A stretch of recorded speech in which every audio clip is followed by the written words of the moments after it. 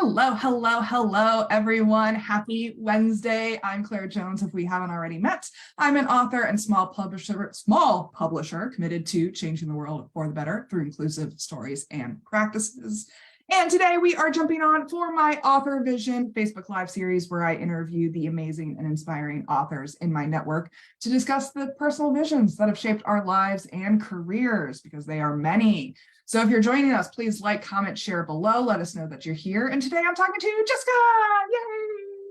Yay! Yay!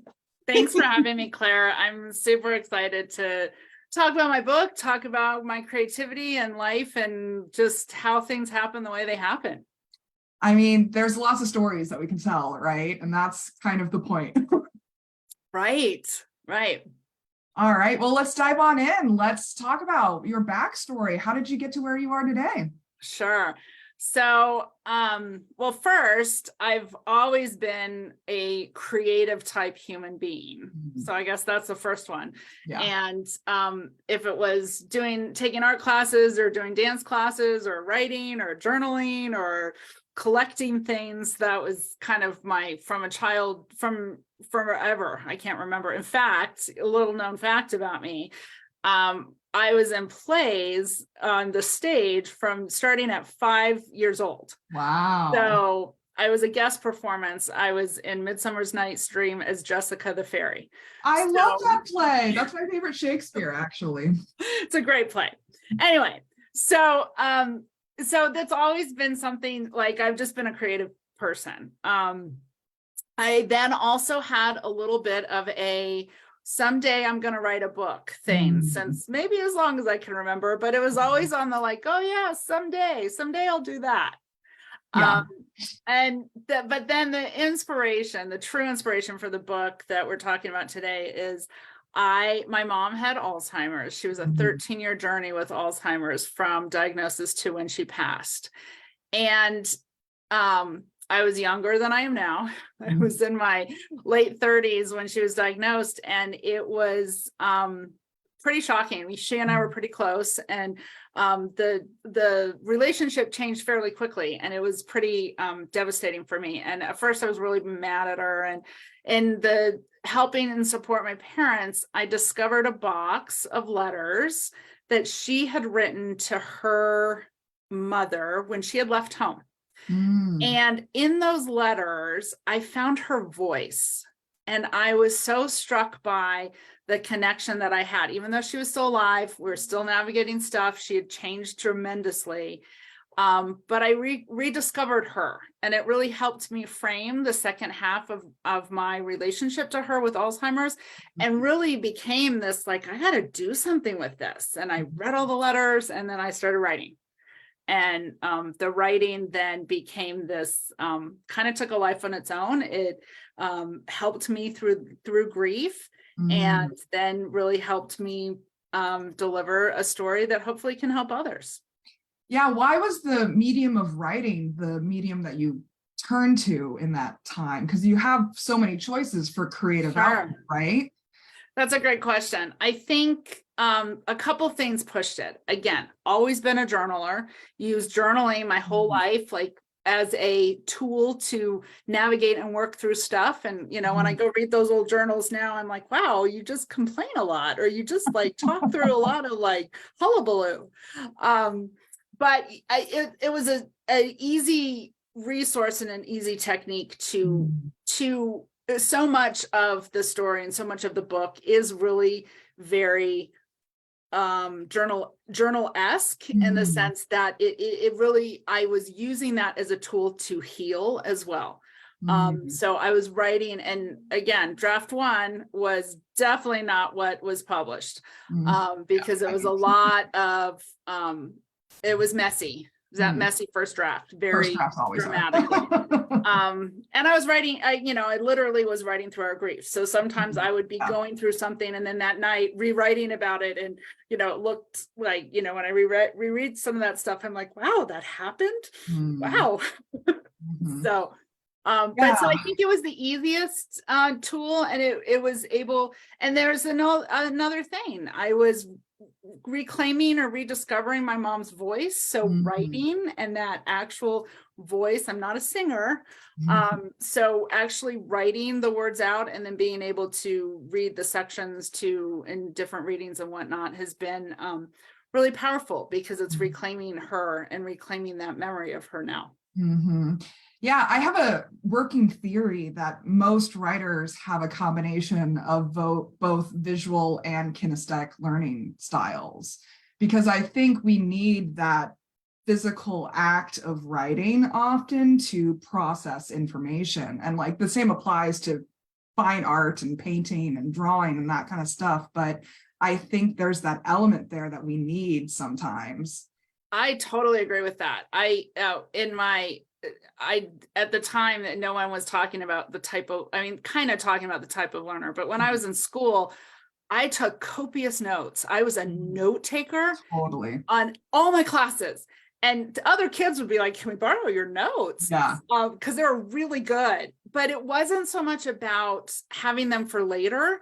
It was the physical act of writing and moving my hand really made me able to remember things. So I absolutely agree with that. I think there's an interesting thing that we need. Yeah, I mean, to this day, I have a can of colored pencils and pens next to my desk because I need that type of both visual element of writing notes. Like I do a different color for each meeting that I'm in and for each topic that I'm writing about as well. So I have that visual like organization structure for the notes that I'm taking. But I've also found over the years that the fastest way I can learn something is just by rewriting whatever it is that I'm learning. Like I'll rewrite an entire textbook and be able to like recite the entire textbook at the end of it. Awesome. Yeah, I'm definitely a paper. I know you're a journaler. I am definitely, or a paper scheduler, and mine is definitely colored in different colors. And I love to make lists and cross off the list. Sometimes I'll make a list just so I can cross things off. Yeah, exactly. Like write it on the list afterwards. Yeah, you did it, just so I can cross it off. Yeah, of course. So let's talk about the personal visions that have shaped this journey along the way, because we often have a lot of those in our heads as we're going. So yeah, the personal visions, that's a great question. So,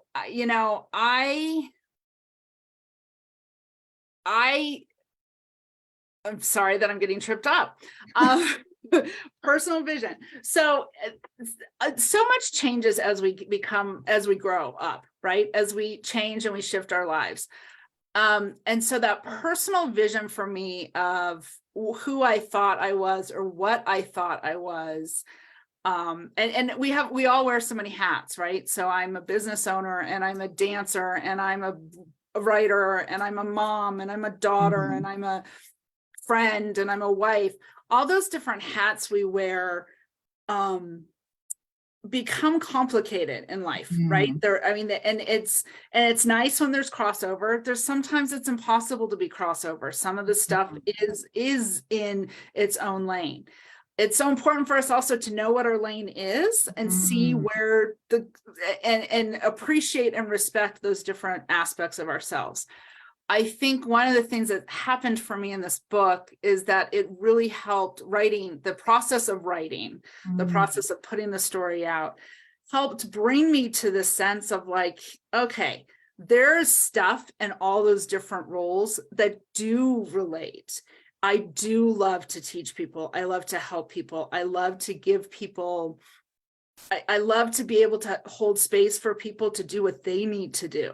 And by my story, by the interesting thing, the side sort of theme of my story is it's Alzheimer's, but it's also about labyrinths. And labyrinths are this really great, cool metaphor and also experience of life and the journey that we're all on in life. And the interesting thing about a labyrinth is when it's not a maze, there's no dead ends. It feels like there's dead ends, but there's always a path. So there's a path in and there's a path out. Sometimes it's the same path, but that's life, right? Like sometimes in life, we come up to something, we think it's going to end. And if we just reframe it, we can turn and we can move through. So the the book and this experience really gave me that sense of like, all right, here are all these different things, all the lanes in our life. And you sometimes you have to be a lane changer, but if you're kind of paying attention, if you're being present enough, the right thing is going to present itself on your journey and on your path. And I really do think that writing is a way to, sorry, my dog's throwing up. Give me just one. Oh no, the dog's throwing up. So I can keep talking about what I was talking about since we are live right now. And I'll talk a little bit more about Labyrinth. I'm back. Oh, she's back. It's really quick. I just had to let her out. My thought that I was working on was, I think that writing is a process to integrate all of these pieces of ourselves, because writing also forces us to flesh out a setting. Whether it's a fictional setting or a real setting, we have to think of all of the different facets and all of the different elements of that setting, which forces us to tap into all of those different parts of ourselves, those knowledge sets that we have, stuff like that. And I was interested by that you wear all the different hats concept.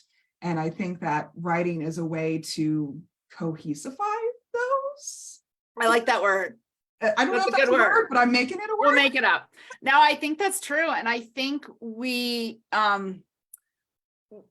writing is this wonderful sort of, it covers a lot. You have to connect to when you're writing, you have to connect to all those senses. Yes. You have to think about what you smelled and tasted and heard, and try to create a visual experience for someone while they're actually reading it or listening to it if they're listening to an audio version. Yeah, it's a pretty, sometimes language is interesting because language, sometimes there's language we can't actually find the right words to really identify with the thing, right?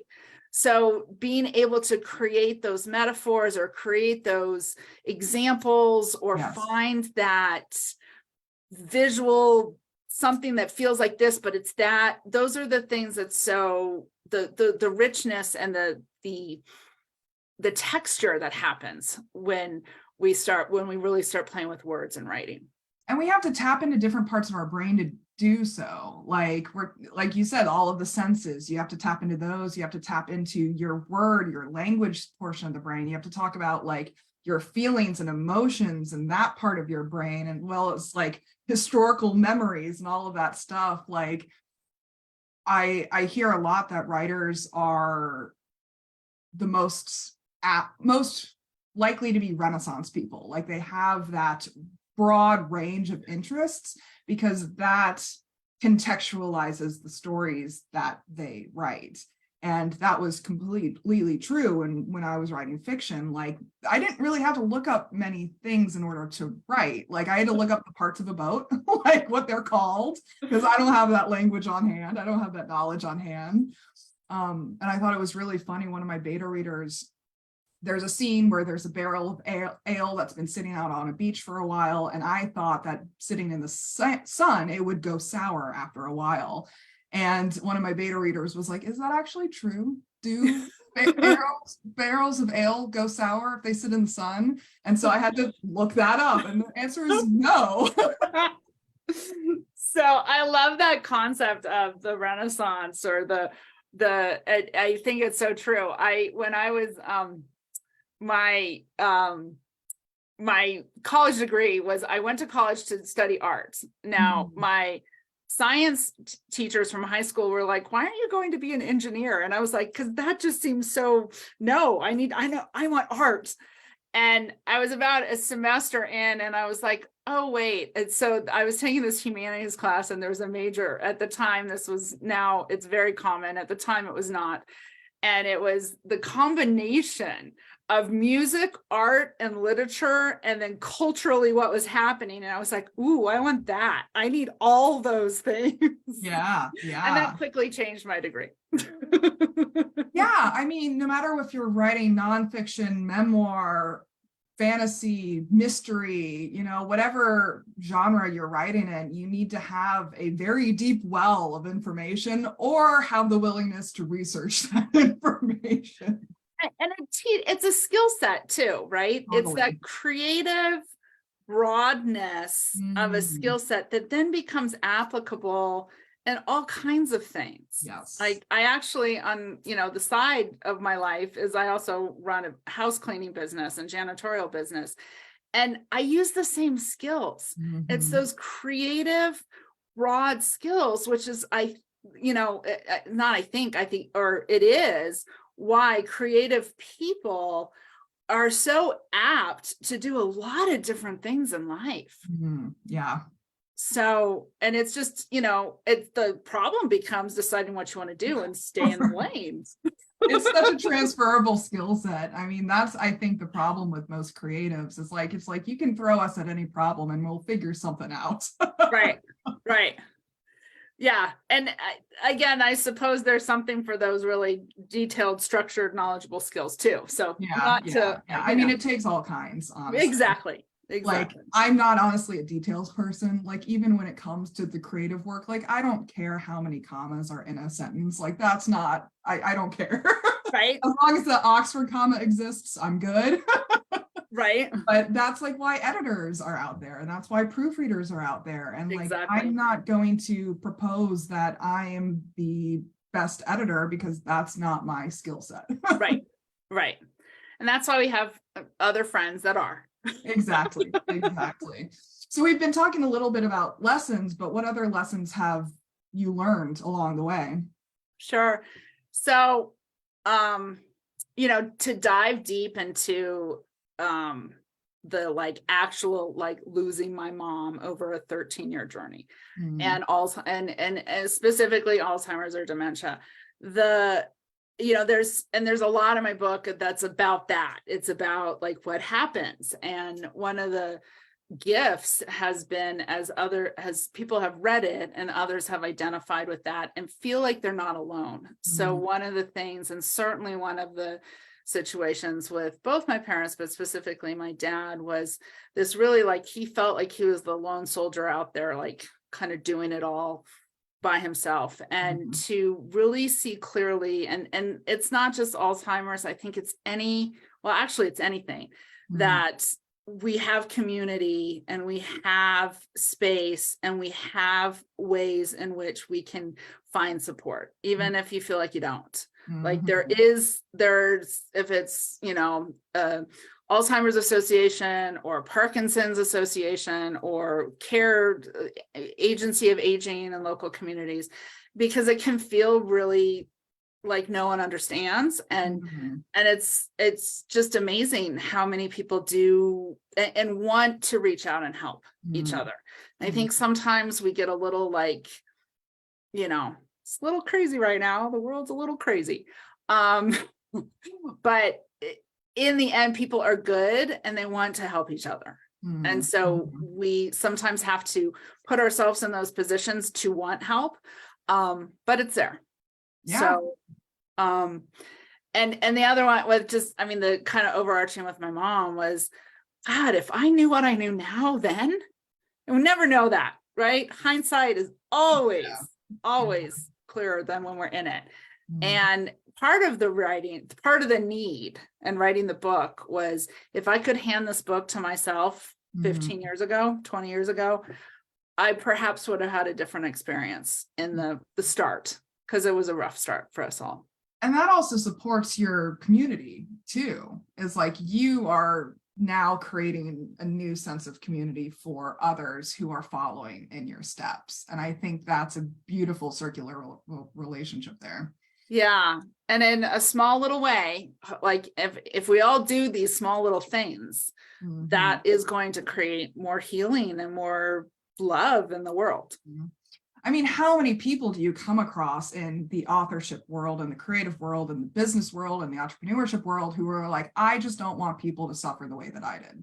Right. No matter what they're selling, no matter what the product is, no matter what the service is, no matter what they're trying to fix out there in the world, it's, I don't want people to suffer the way that I did. Yeah.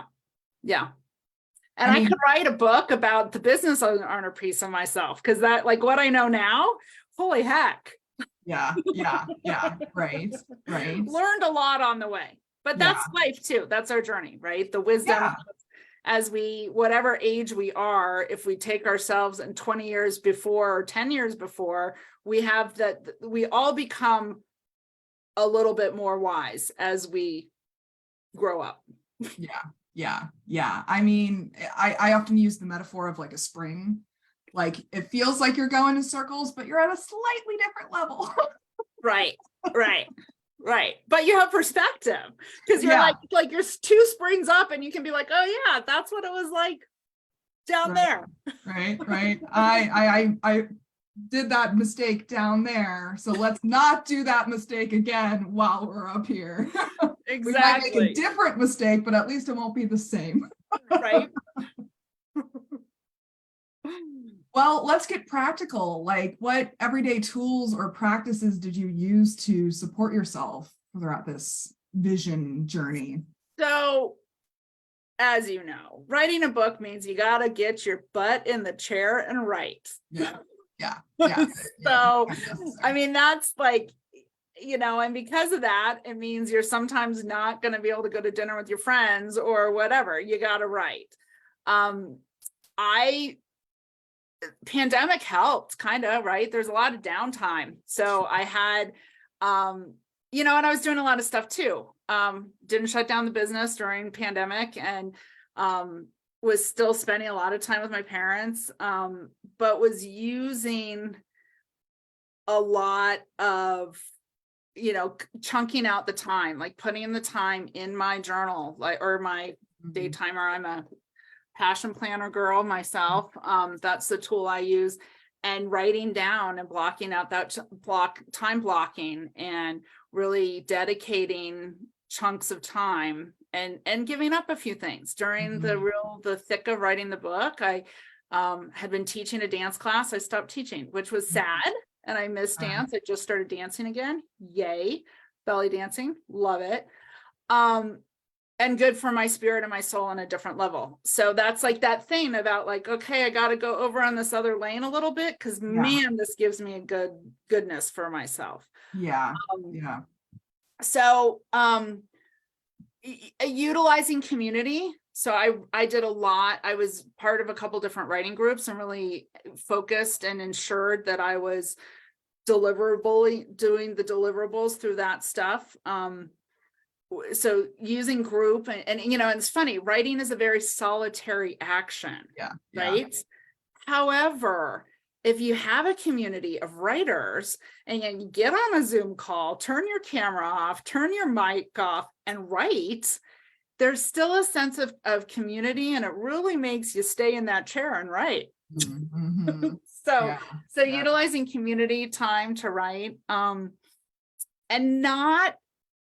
being really being willing to hear the feedback, sharing, reading your stuff, reading other people's stuff makes you a better writer, no matter what.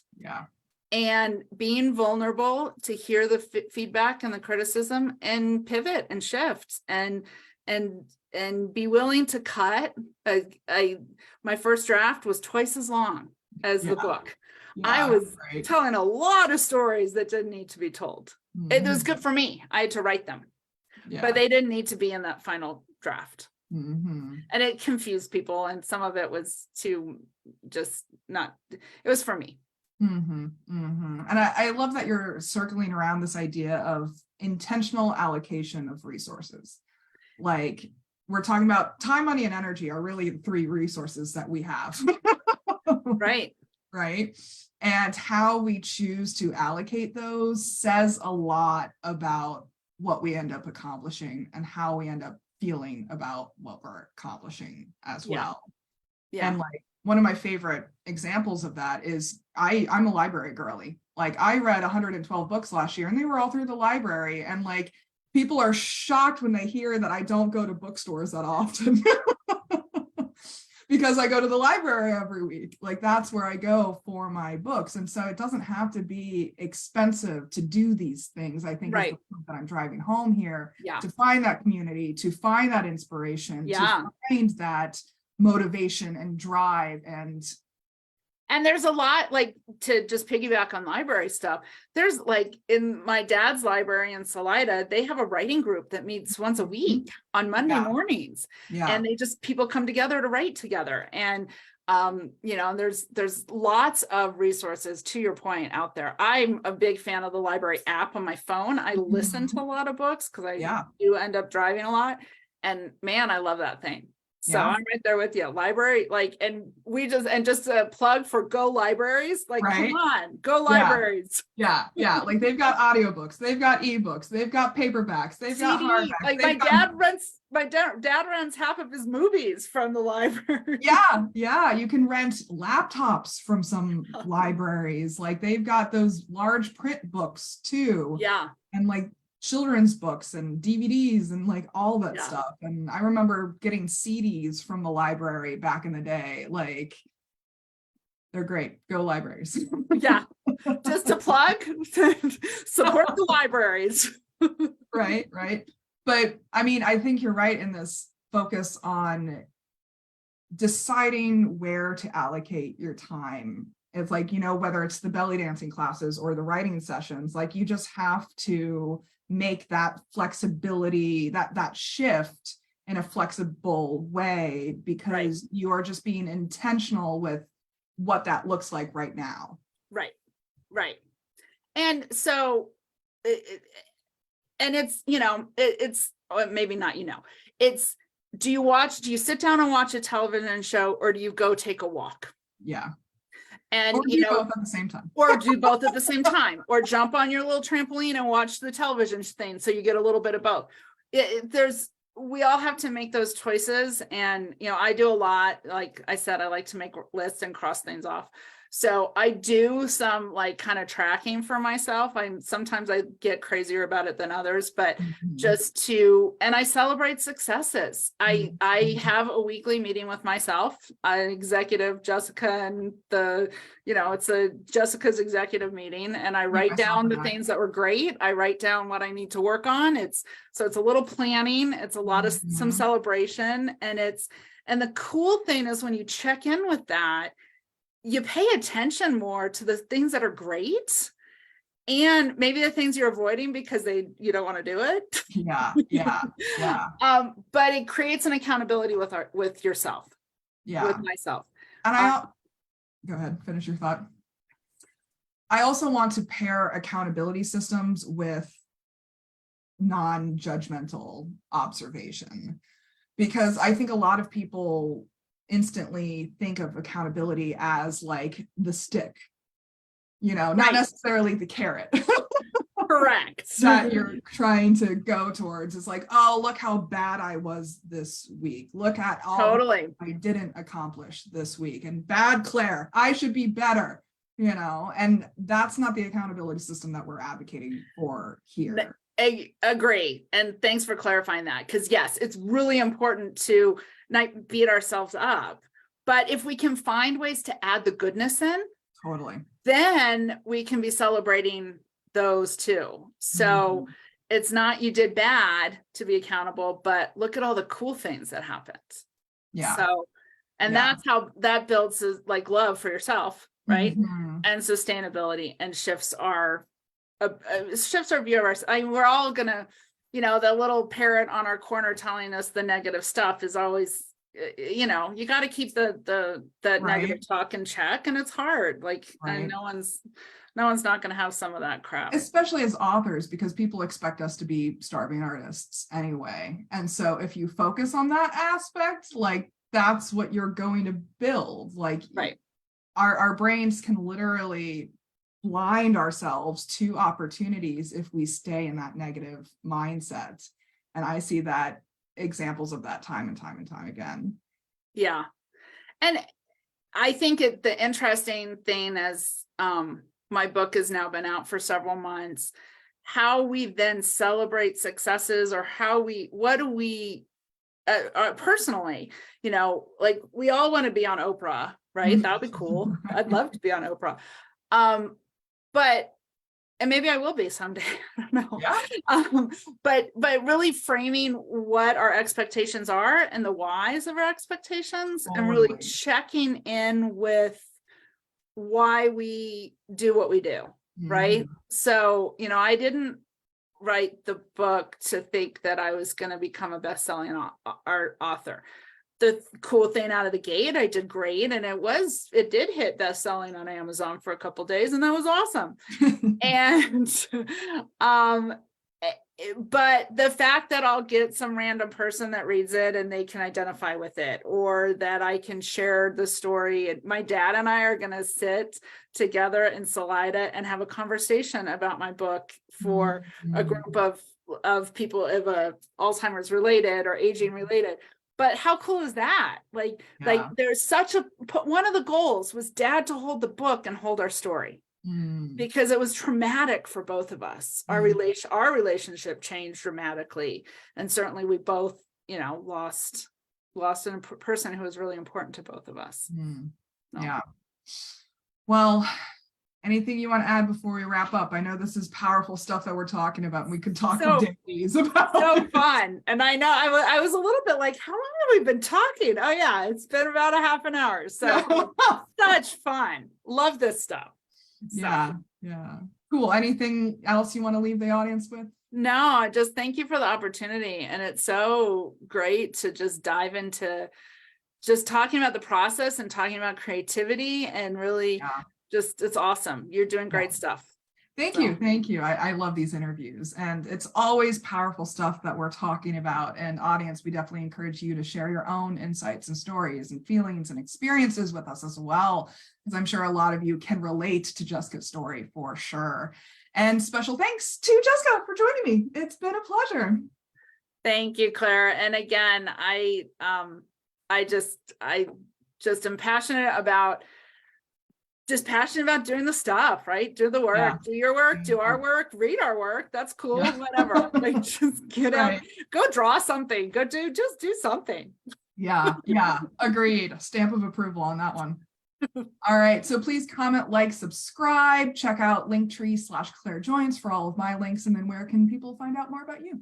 So probably the best bet, if you're seeing this on Facebook, so like me or connect with me on Facebook, both Jessica Stokes author, Jessica Goldman Stokes is my private page as well. My website is www.jessicastokes.com. And you can find me on LinkedIn as well. And I would love to connect with whoever needs to connect. Yeah, and I'll make sure those links are available for you for easy access. And until next time, please remember that you all have extraordinary stories inside of you. Splash the book a little bit.